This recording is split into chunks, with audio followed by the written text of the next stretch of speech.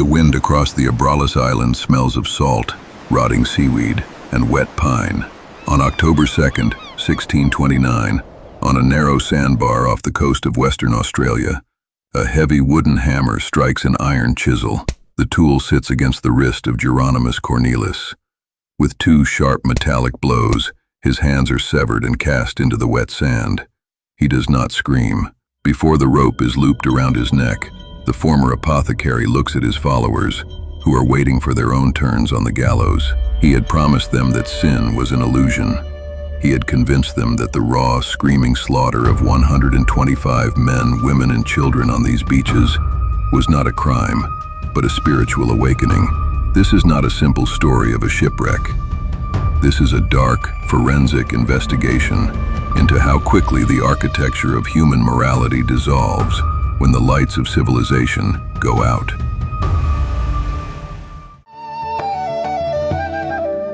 The journey of the Batavia began with an illusion of absolute control. In October of 1628, the massive wooden flagship cleared the docks at Texel, carrying over 300 passengers and a cargo of unimaginable value. Beneath her decks lay 12 iron-bound chests filled with silver coins, exquisite jewelry, and a massive, prefabricated sandstone portico meant to stand as a symbol of colonial power in the East Indies. The vessel was owned by the Dutch East India Company, the VOC, the wealthiest corporate monolith the world had ever seen. The company functioned as a sovereign state, governed by a rigid, cold hierarchy. But on the Batavia, that hierarchy was fractured from the start. The ship was subjected to a dual command structure, dividing authority between Francisco Pelsart, a high-ranking corporate merchant, and Ariane Jacobs, a cynical, foul-tempered skipper. They hated each other, with an intensity born of years of professional jealousy and physical brawling in the ports of India. As the ship sailed south into the vast, empty stretches of the Indian Ocean, that hatred found a catalyst. His name was Jeronimus Cornelisz. Cornelisz was a bankrupt apothecary from Haarlem. He was highly educated, charming, and deeply disturbed. He was fleeing Europe to escape arrest for his adherence to the heretical teachings of the painter Johannes Terentius. Terentius taught that there was no God, no devil, and no moral law. He believed that the enlightened elite were free to indulge in any urge, rape, murder, theft, because their actions were preordained, and thus pure. On the long, hot nights in the middle of the ocean, Cornelisz and skipper Jacobs drank heavily, whispering of mutiny. They recruited a small circle of like-minded sailors and soldiers, plotting to murder Pelsart, seize the silver, and sail the Batavia as a pirate ship. To provoke the crew into a rebellion, they organized a brutal, anonymous assault on Lucretia Johns, a wealthy and beautiful young noblewoman traveling to join her husband in the colonies. They hoped Pelsart would respond with heavy-handed corporate discipline, turning the sailors against him. But Pelsart, sweating and delirious from a tropical fever, did nothing. The mutineers were forced to wait, their hands resting on the pommels of their knives, watching the horizon. They did not realize they were sailing directly toward a trap laid by the planet itself.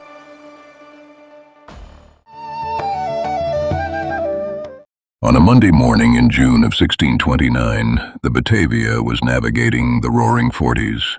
In this era, calculating longitude was an exercise in guesswork, a desperate reliance on dead reckoning. The ship was sailing blind through the dark, propelled by strong westerly winds.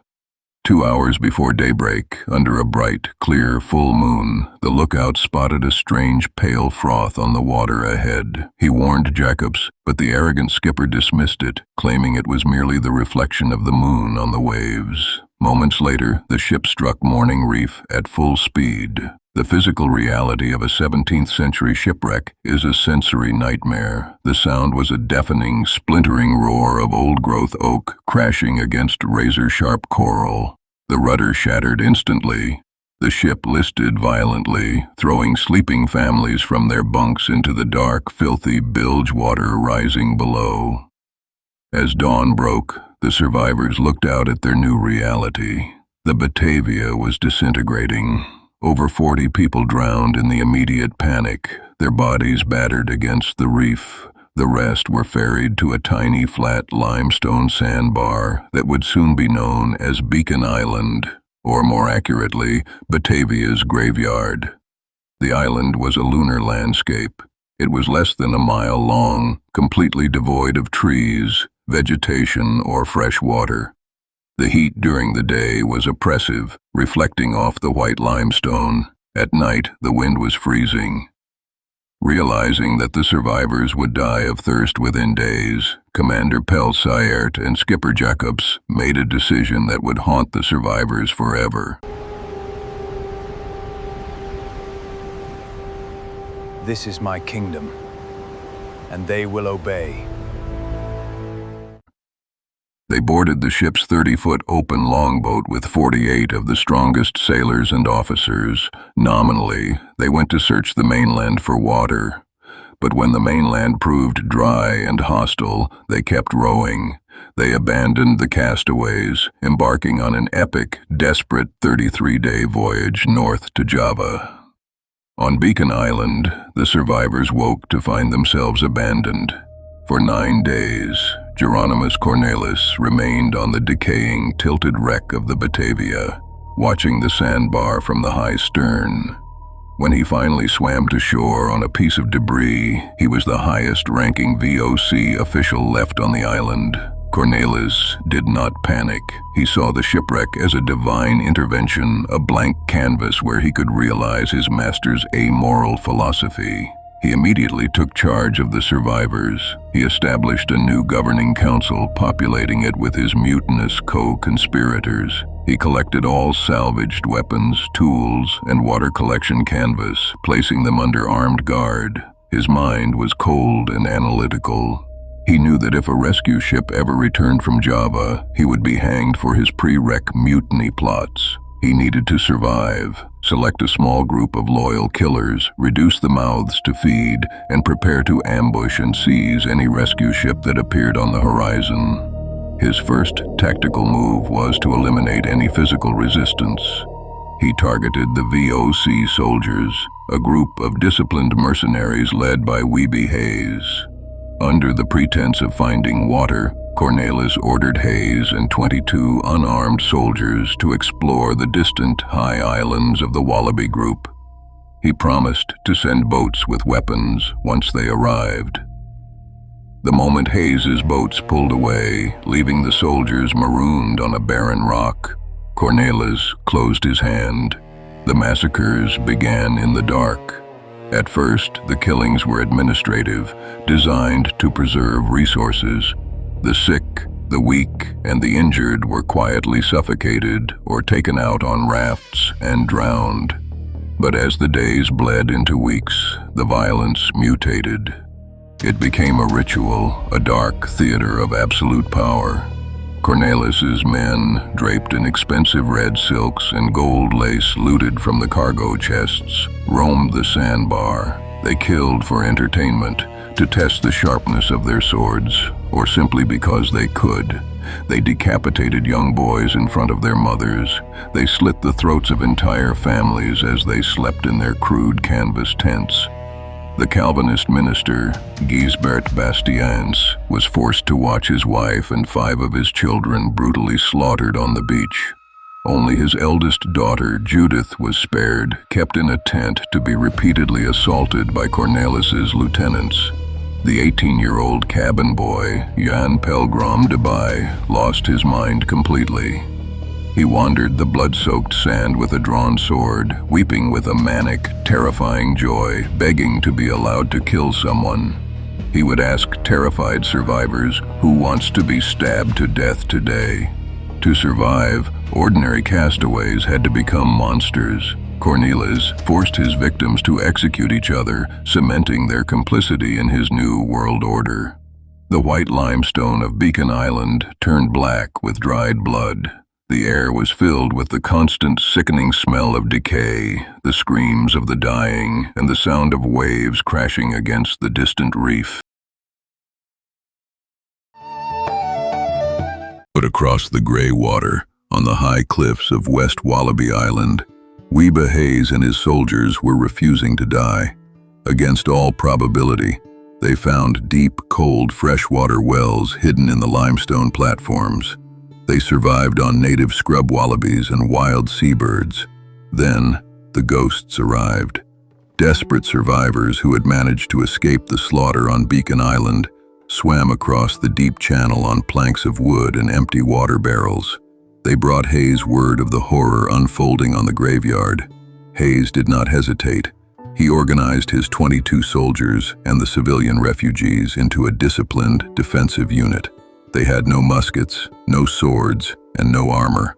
But they had wood, rusted iron bands from broken barrels, and long carpenter's nails. They bound the 16-inch nails and iron plates to heavy wooden clubs to create devastating, crude pikes. On the highest point of the island, near their water well, they built a defensive fort out of dry limestone blocks. Cornelius realized that if Hayes survived, his plans of piracy were finished. He launched 3 separate amphibious attacks to crush the soldiers. The battles were short, visceral, and incredibly violent. The mutineers, softened by looted wine, were systematically broken against the disciplined wall of Hayes's pikes. During the third assault, Hayes's men executed a brilliant counterattack, killing Cornelius's top lieutenants and taking the heretical leader himself prisoner, binding him in heavy ropes. The remaining mutineers, now led by Wouter Loos, launched a final desperate attack with salvaged muskets.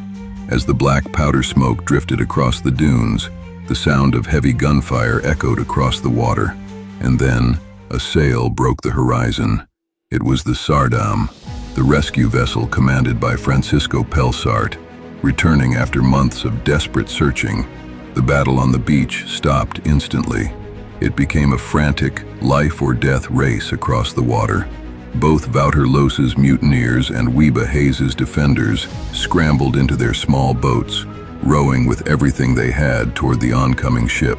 If the mutineers reached the Sardam first, they would pretend to be innocent survivors, board the ship, and execute Pelsart. Hayes' men rowed with the strength of men who had stared into the abyss. They reached the Sardam first. Hayes leaped onto the deck, screaming to Pelsart to stand to his arms.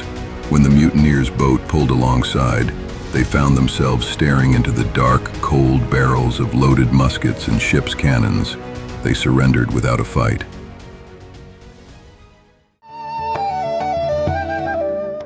Pelsart did not wait to return to Batavia to administer justice. He built a crude prison on the limestone and began his investigation. Over weeks of systematic interrogation and water torture, the dark, rotting truth of what had happened on the islands was dragged into the light. The executions were swift. On Seal Island, 7 of the ringleaders were hanged on makeshift wooden gallows. But for 2 of the youngest mutineers, the soldier Wouter Loos and the cabin boy Jan Pelgrim de Bay, Pelsart decided on a different, more haunting punishment. He did not hang them. Instead, he took them to the raw, unexplored mainland of Western Australia and marooned them with a small boat and some basic provisions. They were instructed to live among the indigenous peoples, to learn their ways, and to survive. They watched the sails of the Sardam disappear over the gray horizon, and then they turned toward the vast, red interior of a continent that had never seen a European. They were never seen again. In 1963, a team of divers discovered the wreck of the Batavia on Morning Reef.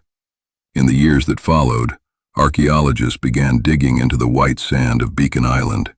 They found the graves. They found skeletons of women with their skulls shattered by heavy, spiked lead weights. They found the bones of children buried together in shallow, frantic pits. And they found the dry stone walls of Wiebe Hayes' fort, still standing on the edge of West Wallaby Island, weathered by 3 centuries of salt and wind. The fort is the oldest European structure on the continent, built not out of a desire for empire, but as a desperate limestone shield against the dark capacity of the human mind. A quiet monument to the fragile line that separates our civilization from the screaming chaos of the graveyard.